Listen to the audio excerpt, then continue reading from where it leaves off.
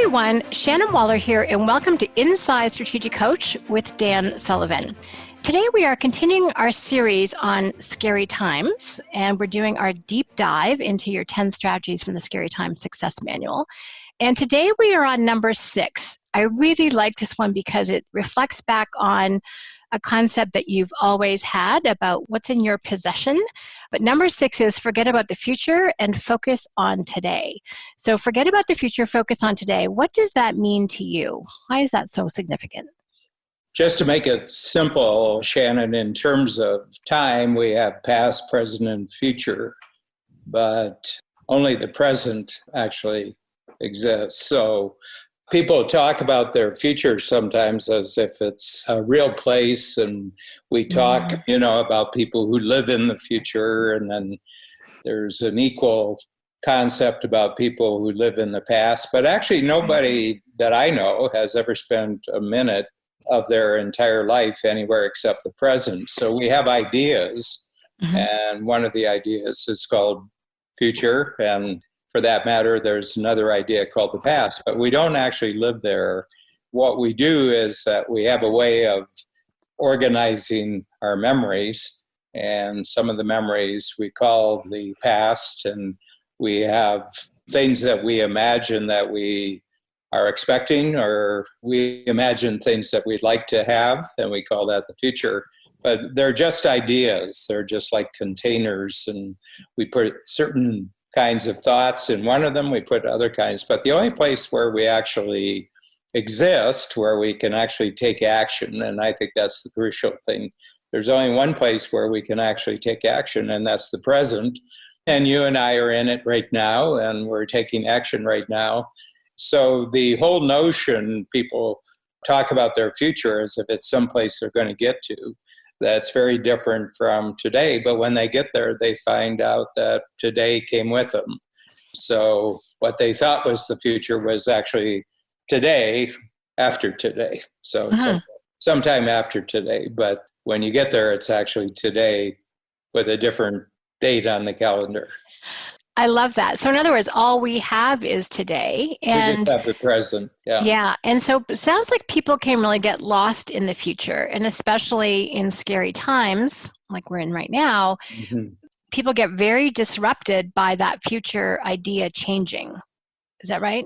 Yeah, well, probably more so than any time in my lifetime. I think that what they were expecting in, let's say, January or February of 2020 for the rest of their year. So, they were saying this is how 2020 is going to be.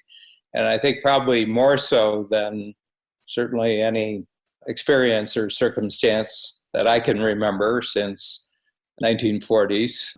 People's notion of the future has been disrupted. And the whole point is it was just an idea when they were thinking about it in February and January, and it's just an idea now. But they're having time, they're having restrictions and limitations, which are encouraging them, inviting them to think about when we go back to a point after the scary times is over, when we can mingle again, when we can congregate, and life kind of resembles what life used to resemble, going out to restaurants, going to movies, going to theaters, traveling across borders, traveling in planes. Then, they'll be able to do certain things, and they have time to think about the things that are going to be most important. But actually taking action on any of those things, it's only what you can take action on today. But I know people who are so fixated on the future that they have a hard time actually being in the present. I'm with them, and you're talking to them, and you can see their eyes are off thinking about something else, or they're checking their phone. They don't seem to have enough time in the present because so much of their thinking is directed towards a place which they're actually never going to be in. Or conversely, I've met people who are so impacted by something that happened in the past that they also have a hard time being in the present. They're devastated, or they're still in a state of shock by something that happened before today, and it's affecting how they're actually not really being present in the present.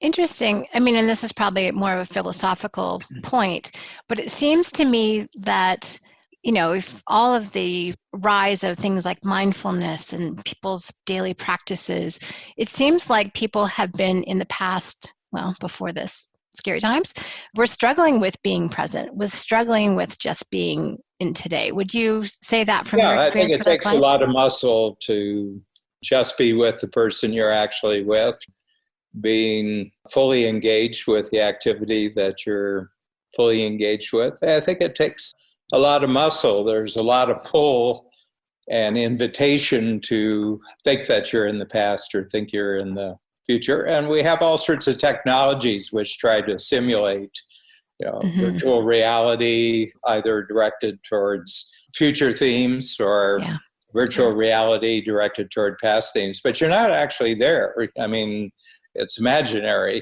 There are tricks that they can use with technology to trick your brain into thinking that you're actually someplace.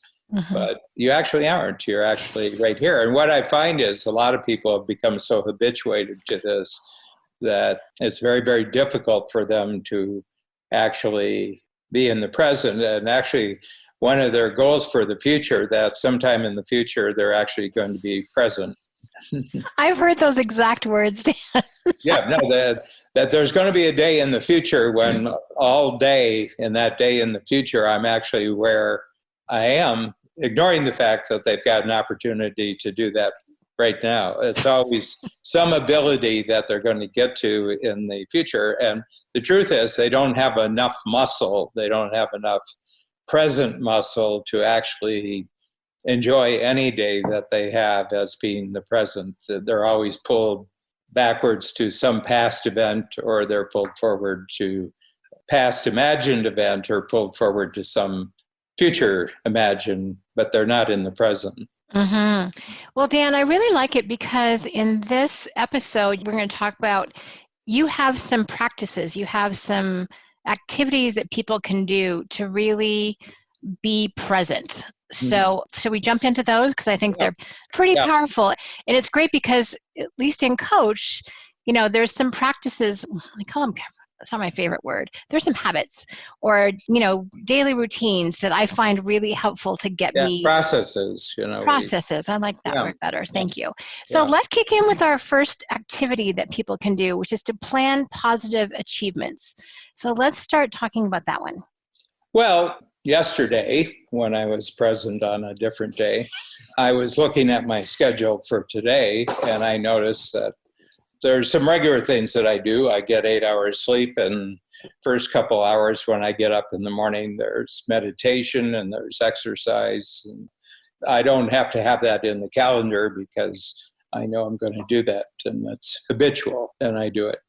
But at the same time, I had a session with my cartoonist, Hamish McDonald, and that was basically a half hour from 8 o'clock onward. And then I had to get ready for a Zoom call with participants from our Free Zone program from all over the world. We had one from India, one from Washington State, one who was from Oklahoma, but he was in California, and another client was from Detroit, Michigan. So, a big span, and we spent about an hour, great conversation, and that got recorded, and those Free Zone participants who weren't there, they'll get a copy of it, so they are kept up to date.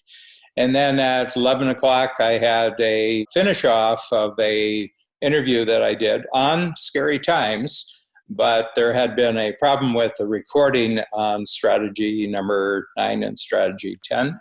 So we spent time going back over it, and we used it because the first recording had been done 3 weeks ago, and so we took an opportunity to build in the experiences that have happened since we did the first recording, and terrific conversation. And then at 1:30, there was in my calendar podcast with Shannon Waller on strategy 6. So we're right in the present. We're actually doing what was in my calendar. But every day I construct my day with positive achievements. These are achievements that I can actually do and complete during that day. And I noticed I've gotten a lot better at it during scary times. Nothing really gets half completed. Everything gets completed that day. I mean, we're doing the whole series, but we're doing it one strategy at a time. And when we're finished, this will be finished. So what I really look for is during the day, things that have a beginning, a middle, and an end, but on that day, not carried over to tomorrow or some other date. And that's very, very important because that solid completions feels good. You feel very present. I did this during today.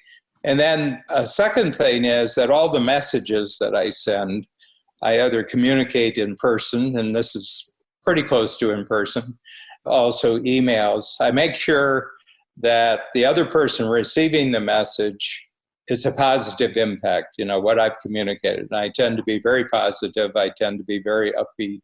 I tend to be very, very complimentary to people during this time. So it would bother me a lot more during a day during scary times. It would bother me a lot more if I had left something negative and didn't correct it that day than it would during normal times. So let's talk about that for a moment, Dan. Why is it so critical in this point in time when people are scared? Why is it so important to leave that impression for you? Well, I think they're more alone with the experience. Okay. We'll have a screen full of people. Then last week I had our first Zoom workshops. Okay, they were 2 hours. And Thursday afternoon I had one with, if you include the team, strategic coach team, we had 51 participants. And so you have the feeling of really being together, but in fact, each person is alone in their home, usually. They're in some sort of home setting. And I think that negative things where they feel out of communication with someone or something negative was said or, it was a criticism, it was a complaint or anything, and then it wasn't completed, and the person will think about that. And just my experience from having been on the receiving end of that, at times in my life where I was on the receiving end, a complaint or a criticism, and then I was left alone with that. I know it has a very de-energizing. You lose energy, you lose confidence and everything else. So I'm really especially careful that I don't say anything or write anything that's going to leave a negative impact on the other side. So much more so than during normal time. Well, I think it's powerful that you put it that way because especially with our team and with clients, it's like we need to focus everyone's energy and attention and confidence and creativity on moving ahead. And I think being sensitive to how it's easy to diminish that, not even always on purpose, but you're very consciously making it a positive experience. So which is kind of neat because then people actually look forward to opening your emails or to talking to you. Yeah, generally I'm good news. What a great way to put that. Generally, if you're hearing from Dan, it's going to be good news. It's going to be positive. And the whole point is not to fall off from that when you do go back. I mean, this is a period where you can really improve. Yeah, I'm excited by all the improvements that are happening or going to happen, and you've got some great thinking tools for that too. Dan, the next one is one of probably my favorites and the one that I do the best, and that is to measure positive progress. So let's talk about the significance of this because you have always been a massive proponent of making sure that people track, especially and write down their progress. So let's talk about that for a moment. Yeah, and this really goes to the goal of creating the future today. And that is that I've got 3 things under my belt so far today. Here we are, it's early afternoon, and 3 really great things have been achieved on the work level, and one housekeeping issue, having to do, most of the dry cleaners are closed. Right. But over the weekend, I found a dry cleaner that's opened, and this afternoon, dry cleaning is going to go. And I was wondering about dry cleaners, actually. 2 days. Yeah. I'll give you the inside scoop after. I'm not going to. Thank you, Dan. Secrets are not secrets. If you put them on Zoom, they're not secrets. True. Okay. Yeah. And so I got that handled. It's all taken care of. They have pickup and delivery, and that's really, really great. Anyway, so I'm feeling very, very positive. Like halfway through this day, I've already gotten a lot of things measurably done and real progress. And I feel really terrific about that. And counting your wins. I always do this on a daily basis, and I wait until the evening, and then I go back and I review what got finished that was measurable progress. But I find I'm doing it on the run. So once I do something, then I stop and I said, there's one, got a block done. We got something done. And I go on the basis that nobody else is responsible for my sense of confidence. No one else is responsible for my sense of achievement except me. So one thing is, well, if you're responsible, then be responsible. Yeah. Yeah.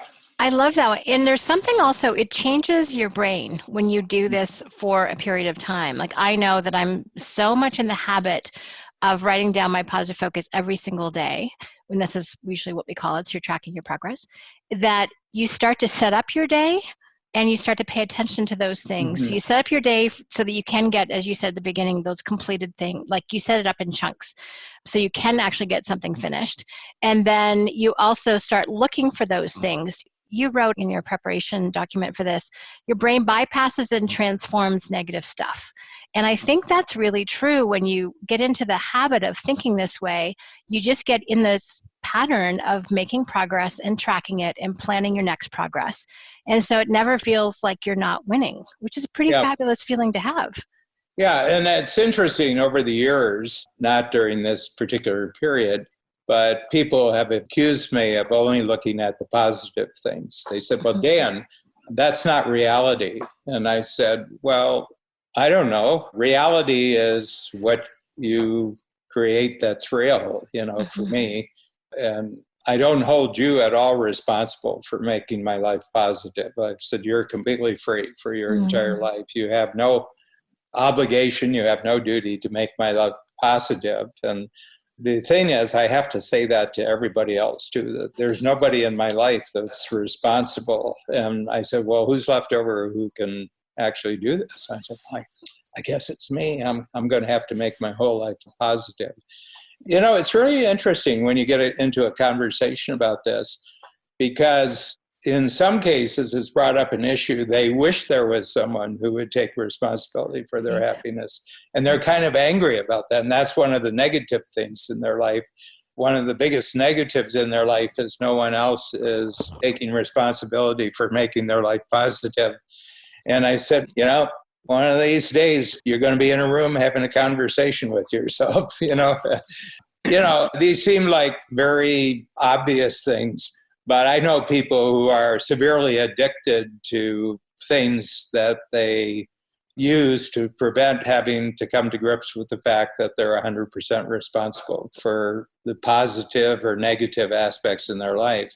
And one of the things is my environment, and I make a big deal that things should be clean, things should be neat, things should be orderly. And I call myself during this period, I'm the cottage guy, because we know, Shannon, because in cottage land, we live about 10 minutes walk from each other.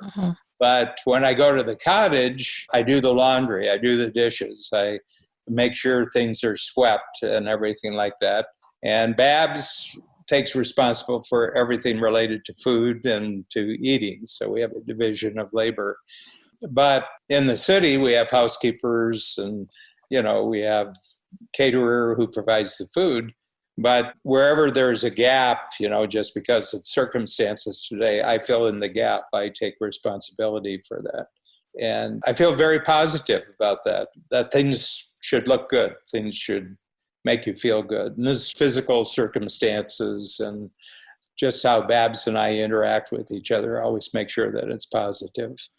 I mean, you almost have like an alter ego, which is kind of fun, that you can step into and you can bring them back to the city when you need to. Well, it's a role, Yeah. It's a role that is crucial in another place, but during normal times, it would not be crucial for me to play that role here. But guess what? The country has visited the city in some aspects of our daily life there. So I'll bring the role that's appropriate for that changed circumstance with me. Well, and I actually think that's a really cool model, Dan, is how do you take what's positive somewhere else and where you play a particular role? Like a lot of people are being, homeschooling parents right now, and that's not a role that they would normally take on, but unless it's during certain occasions. So now it's interesting that some of those roles are coming together or you're finding them in a new place. And that's actually a really neat strategy. I really like that. Yeah. So just to recap, we've talked about planning positive achievements, sending positive messages, measuring positive progress, improving your positive environment. And your last point here, Dan, I really appreciate. It's expanding your positive network. Mm-hmm. And this is life-changing as far as I'm concerned. So let's talk about that for a moment. Well, we're very influenced by other people and the emotional state that other people are in. And this has been a lifetime goal because I grew up, in circumstances where there was a lot of negativity. This was relatives, this was just where we lived and what was going on around us and everything like that. And then I noticed really positive people who didn't seem to be influenced at all by the attitudes and the mindsets that were going on. What I came to out of that was that it was really a choice of what you paid attention to. Okay. Mm. So this is a project that's 75 years in duration. And I would say that for the most part, unless it's accidental, I don't come into contact with negative people these days. Okay. And when I do, I go into questioning mode with them. Mm-hmm. And I ask them, how they're seeing things, how they would like to see things differently. And if they don't want to give that up, they immediately move off. They kind of say, well, you're not taking my difficulties seriously. You're not taking my trouble seriously. I don't think you're really picking up on where I'm coming from. And I said, well, I either am or I'm not. But as long as you're here, I'm just going to ask you about how you're thinking about how you're feeling, how you're thinking about your difficulties. That's what I've learned, that's a form of protection. But fortunately, just because of our mutual work, Shannon, which is close to 30 years now, we get the joy and I think actually the privilege of virtually spending our entire work days surrounded by upbeat, confident, optimistic, ambitious people. Yep. I was just thinking this morning that I had 4 of them with Eleonora, who is the manager of my Zoom calls with the Free Zone Frontier people. And when we got to the end, we discovered that the big impact of the scary times on these 4 entrepreneurs, that all of them had greatly expanded their ambitions. From what they thought that they were going to be working on in 2020, they now have much higher ambitions quantitatively, bigger measurable results, qualitative, the type of activity that they're going to be involved in. And so their impact of being limited and restricted for a period of time was to actually go counter with their ambitions. So they have much bigger ambitions. And one of them is a brand new participant in Free Zone Frontier. And he said, I'm starting to get the picture that normal in the Free Zone Frontier is unlimited ambition. And I said, that's a good pickup. Bingo. That's a good pickup. I said, yeah, that's a really good pickup. I said, no one's ever going to give you any problem on having greater ambition in the Free Zone Frontier.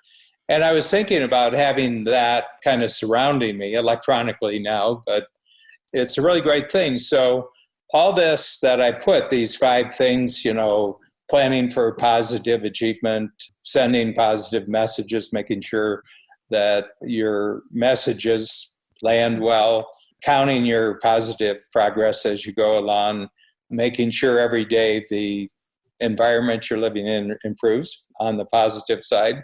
And then the other thing is that your network of humans, the brains that you connect your brain to, that's all positive too. And that's today. All this is happening today. So I don't have a need of a past that was more meaningful, because there isn't any part of my past that's more meaningful today.